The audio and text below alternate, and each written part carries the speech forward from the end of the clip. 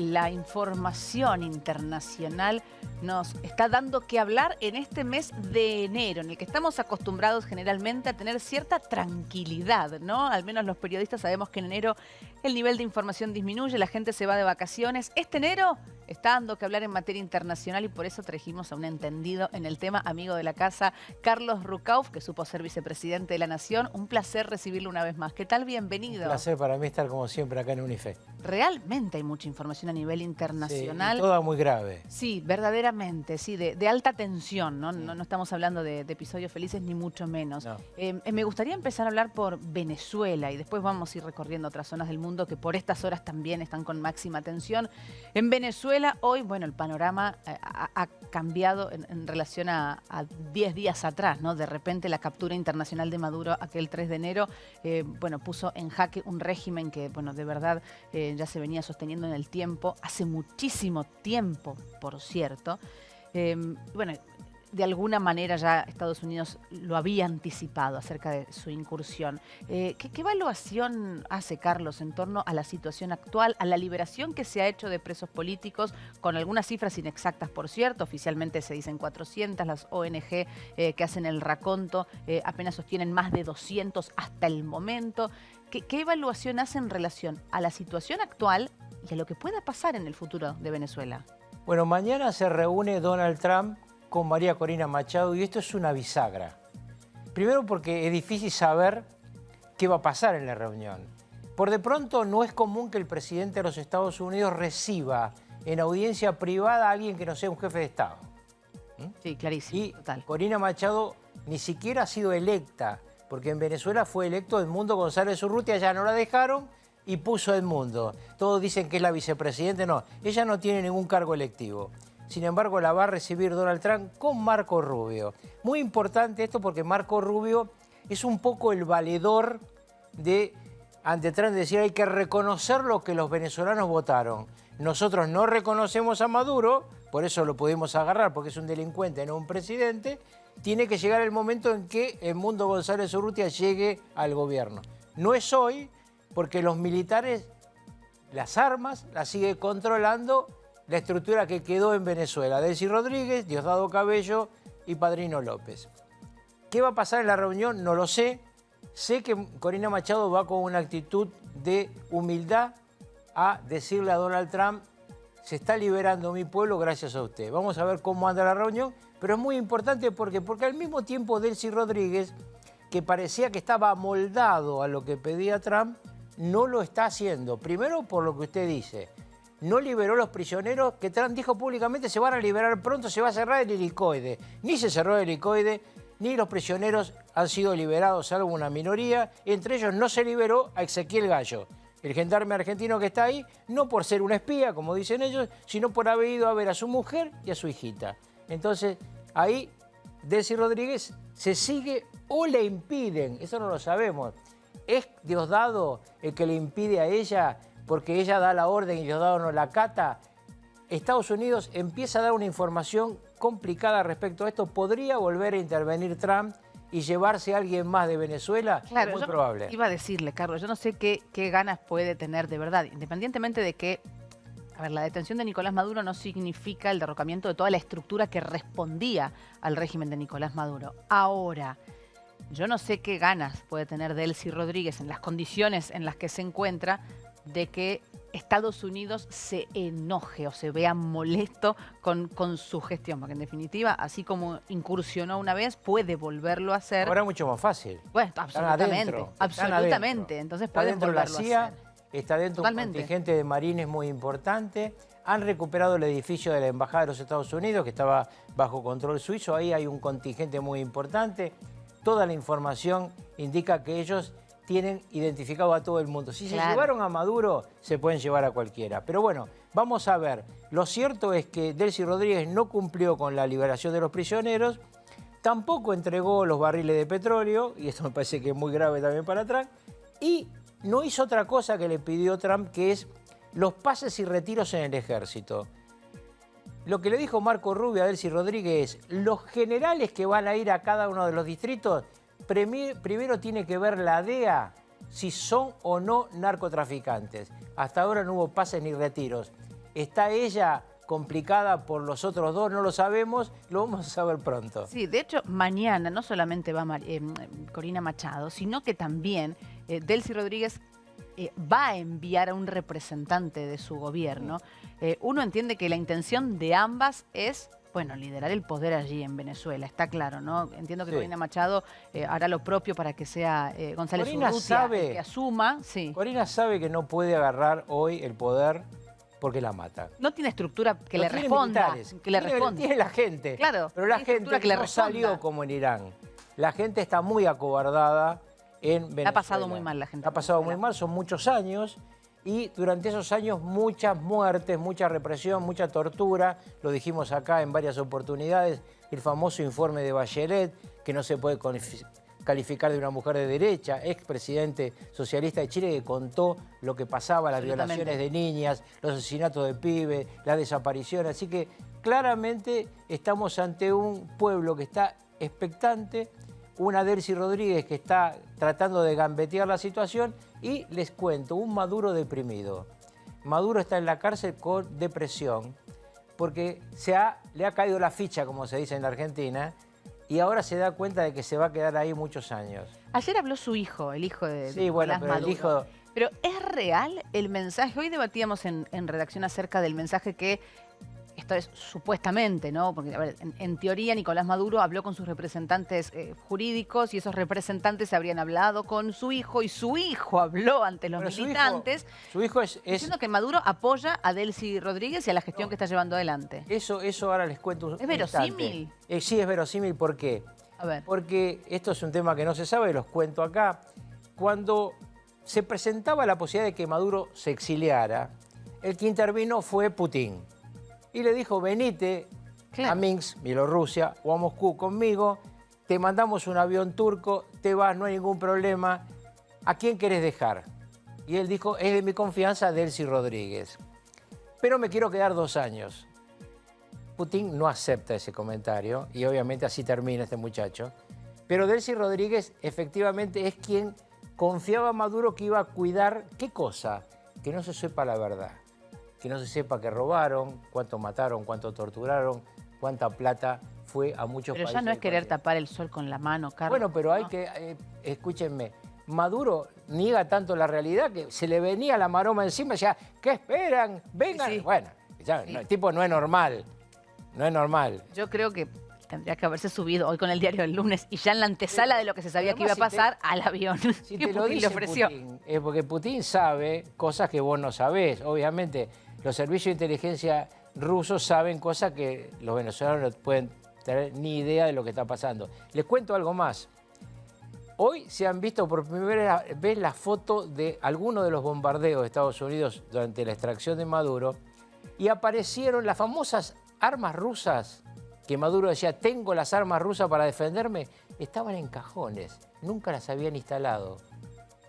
Es tanta la corrupción del régimen que estaban en el negocio de la compra de armas, pero no las instalaron, no pudieron utilizarlas porque estaban en cajas. Entonces cuando uno ve el bombardeo, ve la caja reventada de los misiles antimisiles. Si verdaderamente no dimensionó Nicolás Maduro a lo que se estaba realmente enfrentando, algo que por ahí desde afuera se veía tan a las claras, porque cuando ya Estados Unidos estaba montando el operativo que estaba montando militar, era como bastante evidente la situación y era una cuestión, ¿no?, inminente y probablemente no dimensionó a lo que se estaba enfrentando. Ahora, yo quiero que el protagonismo lo tenga el pueblo venezolano, porque en definitiva estamos hablando de Venezuela. The Economist hizo una encuesta que determinó que el 91% de los venezolanos, repito la fuente es The Economist, quieren ir a elecciones nuevamente, que, a ver, ven con buenos ojos la incursión estadounidense. Aquí después hago un asterisco porque quiero hacer un debate interesante sobre este tema. Ahora, es momento de elecciones. Delcy Rodríguez está encabezando esta transición que durará ¿cuánto tiempo? ¿Podrá en algún momento González Urrutia, que fue el presidente electo, que bueno, obviamente no pudo asumir como tal en las últimas elecciones frente a Nicolás Maduro, asumir como presidente de Venezuela? ¿Qué tiene que pasar para que las condiciones estén dadas en un retorno democrático a Venezuela, para que vuelva a ser la república que en algún momento fue? La voy a frustrar. No lo sé. Claro, No es lo tremendo, ¿no? No lo Que sé las condiciones porque- estén dadas. Claro, no lo sé porque está muy claro que Estados Unidos quiere sacarse de encima a esta gente y no puede. Porque tienen el poder militar aunque no tengan el pueblo. Hemos visto en muchos lugares del mundo cómo el poder militar se impone sobre la voluntad popular. Por eso yo he planteado una doctrina respecto al tema de lo que se llama soberanía nacional. Muchos dicen, se ha violado la soberanía nacional. No, la soberanía nacional es de los pueblos, no de los dictadores. Entonces, si Trump se metiera a llevarse a Sheinbaum, yo diría no.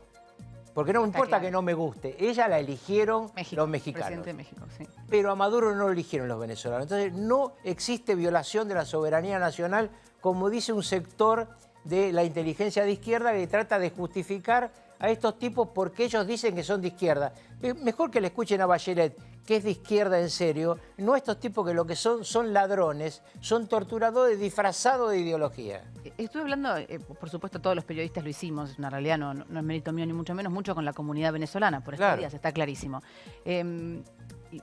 Dentro del diálogo me decían, hoy se horrorizan por la incursión estadounidense en Venezuela, pero no se horrorizaron durante 25 años. Y acá este es el debate o la puerta que abro en torno a qué pasó, qué fue lo que falló con el derecho penal internacional, con la Corte Penal Internacional, Porque no con los existe. organismos americanos, porque, a ver, en definitiva debería haber, y lo hay, lo que pasa es que no se respetó, no se cumplió. Mirá, ahí un sí tengo protocolo respuesta. para No que la sirven democracia se para cumpla nada. en América Latina. Quedó Ni Naciones demostrado. Unidas, ni la OEA, ni el Tribunal Penal Internacional, porque Claro. no tienen capacidad coercitiva. Claro. ¿Qué quiero decir con esto? Si se pelean dos chiquitos, Sí, las claro. Naciones Unidas pueden actuar. Total. Pero cuando aparecen los grandes, está el veto, está el poder de las armas y el poder del dinero. Totalmente. Y la prueba más clara, hace 4 años que invadió Putin a Ucrania. Las resoluciones en la ONU siempre las vetó Rusia y China. Y ahora cualquier resolución contra Estados Unidos la va a vetar Estados Unidos, Francia y Gran Bretaña. Gran Bretaña, está Los claro. organismos internacionales no sirven más. Aquello que se ideó, lo que se llaman los organismos de Bretton Woods, aquello que se ideó después de la Segunda Guerra Mundial para buscar la paz y la seguridad del mundo, es absolutamente contradictorio con la realidad. Porque mira, los 5 países que tienen veto fabrican y venden el 93% de las armas del mundo. Está claro. Tenían que cuidar la paz y hacen de la guerra un negocio. Totalmente. En torno a esto que decía de la industria armamentista también, lo que queda como muy al descubierto en esta conclusión de, bueno, la verdad que los organismos internacionales no han servido hasta aquí para absolutamente nada, porque en definitiva con el veto se hace lo que se quiere. Bueno, la realidad es que, y lo voy a decir en términos muy coloquiales, como lo diría en una charla de café, estamos a la buena de Dios todos. Esto es, el que mayor poderío militar tiene, bueno, es el que manda, ¿no? Y en definitiva son las reglas del juego. Estamos todos como mirando de costado y Está decimos, claro bueno, eso. nadie quiere estar en el medio de ningún conflicto. A ver, hoy en redacción enumerábamos un poco, ¿no? Por todos lados. Bueno, países que sí. Y la verdad que Rusia, Estados Unidos, Israel, hablo del poderío militar, sí, ¿no? sí, Israel, totalmente. Estados Unidos, Rusia, China, Corea, Claro. ¿no? Digamos, países con los que de verdad que uno diría, bueno, la verdad es que Ahora, no querría tenerlos de enemigos. en este mundo hay que mirar esencialmente a Estados Unidos y China. Rusia no es más una superpotencia. Armamentista. Sí, yo te diría que es una estación de servicio con armas nucleares. Bueno, Porque que es tiene- bastante igual. Sí, tiene mucho mucho y tiene armas nucleares. Pero quien tiene el bastón de mando ahí es Xi Jinping. No se puede mover Putin sin China. Ahora China en estas cosas se calla la boca y lo deja que grite el ruso. Pero atrás está Beijing. En abril se van a reunir de vuelta, pero esta vez en Beijing, Xi Jinping y Trump. Ahí se está dibujando el mundo del poder. ¿Qué va a quedar como zona de influencia para cada uno? Y es un tema que hay que seguir porque nos va, no a mí ya a esta altura de mi vida, pero a mis hijos y a mis nietos, el futuro le va en cómo se divide ese mundo y qué pasa en ese mundo dividido. ¿Cuándo se reúnen? En abril, en Beijing. ¿Y cómo lo invitó Xi Jinping? Quiero recibir al otro líder del mundo. Pensaba por allí en esto de no buscarse enemigos, ¿no? De estas características, porque uno siente que recién nombrábamos a las potencias que tienen el botón del mundo, ¿no? Sí. Porque son países que tienen la El botón potencia, nuclear. claro, para destruir el mundo más de una vez, que uno a veces se pregunta, Sí. ¿para qué? Si lo destruís una vez, ya es suficiente, pero lo pueden destruir Porque más de una vez con la potencia mucho armamentista. negocio en armar en las armas. Las armas es el negocio más importante del mundo, más importante que las drogas. Sí, claro, absolutamente. Bueno, se arman conflictos bélicos en pos de, ¿no? Y bueno, La industria armamentista. ¿cuántos están fabricados? ¿Rusia le soltó la mano a Venezuela? ¿China le soltó la mano a Venezuela? Hay Bueno. acuerdos que... Yo recuerdo la reunión, el encuentro, a ver, entre Trump y Putin. En Yo, Alaska. Sueño si uno dice, si pudiera tener un superpoder, No, ser pero- invisible y estar Claro. en esa reunión. No, pero para puedes imaginar algunas periodistas. cosas, porque No tiene precio. después de la reunión de Trump y Putin en Alaska, empieza a desplazar su armamento Estados Unidos. Por al eso, Caribe. y ahí le soltó la Y mano. después de la reunión de Trump con Xi Jinping en Corea del Sur, durante la sede de ASEAN, empezó a acelerar Donald Trump. Y si Rusia y China hubieran querido defender a Venezuela, hubiera bastado con que un escuadrón de MiG-35 rusos aterrizara en Maiquetía y ya era pelear con Rusia. Sí, no es lo lo mismo. hicieron. Claro, por eso. No fue el portaaviones chino, que es el siguiente en poder después del Gerald Ford, ni se acercó al Caribe. Yo tengo la Ahora, otra percepción- cosa sí, a es ver. Irán. No, bueno, ahora nos vamos a meter con Irán. Vaya si hay mucho de lo que hablar. Tengo la percepción de que en esa mesa entre Putin y Trump, Trump entrega Crimea, parte de Ucrania. A ver, esta parte de Ucrania, Bien, aclaremos algo. esta parte de primero. Ucrania es para Rusia. Déjame a mí Venezuela, digo, en un diálogo muy coloquial entre No, Trump sí, y Putin. nunca son tan sinceros los diálogos, pero porque yo he hablado con muchos de esos tipos, no con los capos, pero sí con los No ministros. en esos términos, pero es un poco, ¿no? Sí, pero digamos con otras sutilezas, yo lo que te diría, primera, Crimea y Sebastopol se la regaló Obama, Ok. 2014. Ok, Crimea. Ahora lo que quiere realmente Putin es Sí. el Donbass y la central nuclear de Zaporilla. Ahí creo que va a terminar la historia y Bueno. luego entre Rusia, Estados Unidos y los propios ucranianos van a sacar la riqueza del subsuelo. Es un país que tiene muchas tierras raras, mucha plata ahí abajo. Se lo acusa, ¿no?, a Estados Unidos de haber hecho esa incursión, no por tener solamente el objetivo de ir detrás del narcoterrorismo. Vamos a suponer que le tomamos el argumento a Trump. Bueno, la realidad es que todos, rusos, chinos, cubanos, estadounidenses, quieren el petróleo Totalmente. venezolano, ¿no? Hay un interés geopolítico clarísimo. Sí, pero hay una diferencia esencial. Obviamente que Trump quiere el petróleo, no hay duda. Lo dijo él. No hay duda, no hay duda. Pero ojo, Trump está autoabastecido en materia de petróleo. Quien más necesita petróleo en el mundo es China. Si vos mirás con los satélites la cantidad de petroleros que están esperando para descargar en todos los puertos chinos, son hormigas. China es una máquina de necesitar petróleo. Recibe todo el ruso. Hicieron dos oleoductos, el poder de Siberia 1 y el poder de Siberia 2, pero no le alcanza. Y por eso te digo que lo de Irán tiene un componente porque es un país petrolero que no le interesa a Rusia y China los ayatolás, pero no quieren que lo agarre Reza Pahlavi, no quiere que lo agarre Estados Unidos. Claro, bueno. Eh, Ahí abrimos otro. Termino con esto que estoy pensando y ya me quiero meter en Irán porque de verdad que hay mucho para hablar en torno a lo que está pasando allí en Medio Oriente. Muchos me han dicho, de incluso la comunidad venezolana, cuando se les dice, bueno, Estados Unidos va por el petróleo. Y muchos dicen, ¿y los rusos no? Sí, Claro, los rusos también. Ahora, los rusos... Los chinos fueron también cómplices de este régimen que llevó adelante Nicolás Maduro, que Totalmente. implicó el sometimiento del pueblo venezolano. Totalmente. ¿Qué nos hace pensar que cuando Donald Trump dice voy a hacer Venezuela grande otra vez, bueno, no implica también cierto sometimiento del pueblo venezolano? ¿Qué nos hace pensar que, bueno, que quizás sí haya una transición hacia la democracia o quizás no? Yo creo que hay una transición hacia la democracia, pero que obviamente el petróleo lo van a manejar los Estados Unidos, como hasta los últimos 20 años nos manejaron rusos y chinos. O sea que nunca habrá un beneficio. Digo, la verdad es que es No, algo no. que debería ser beneficioso para Venezuela. No, para el, Un para el punto pueblo los venezolano, para el pueblo venezolano puede ser beneficioso una administración de empresas privadas porque eso mejora absolutamente la extracción, destilación y en consecuencia lo que gana la gente y los empleos que hay. Hoy Venezuela está extrayendo el 30% del petróleo que extraía antes de Maduro. Tienen un quinto de las reservas del mundo, es muchísimo. Sí, Ahí para muchísimo. poder explotar.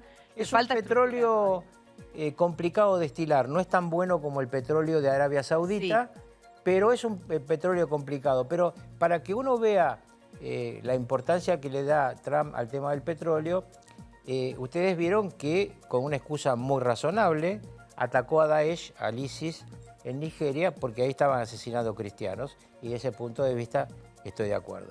Pero es también la primer potencia petrolera de África. Claro. Y cuando ahora estamos discutiendo, cuando vayamos a Irán, te voy a contar algo más. Sí, ahora pensaba que al final, es lo que decíamos del régimen del mundo, entre Estados Unidos y Rusia se pelean por el petróleo de Venezuela y los venezolanos mientras tanto miran, porque es como lo que les está tocando por estos días. Y desde hace años, ¿no? Es lo que les está tocando. Sí, pero te insisto, con la actividad privada y no con el Estado, el pueblo va a estar mejor. Puede reactivar. Sí, el pueblo va a estar mejor, porque ahora, es importante explicarle a la gente, una parte del petróleo, del poco que se sacaba, se vendía en negro. Y el petróleo que se vende en negro iba al bolsillo de los jerarcas. El petróleo en el comercio internacional, en blanco, va a la administración de los países.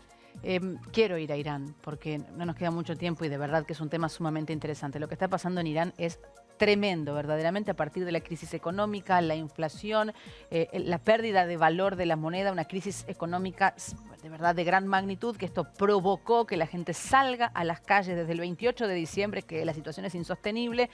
Las organizaciones no gubernamentales dan cuenta de más de 3.000 muertos. Hay ya mucho más. Hoy te digo, están arriba de los 10.000. Tremendo.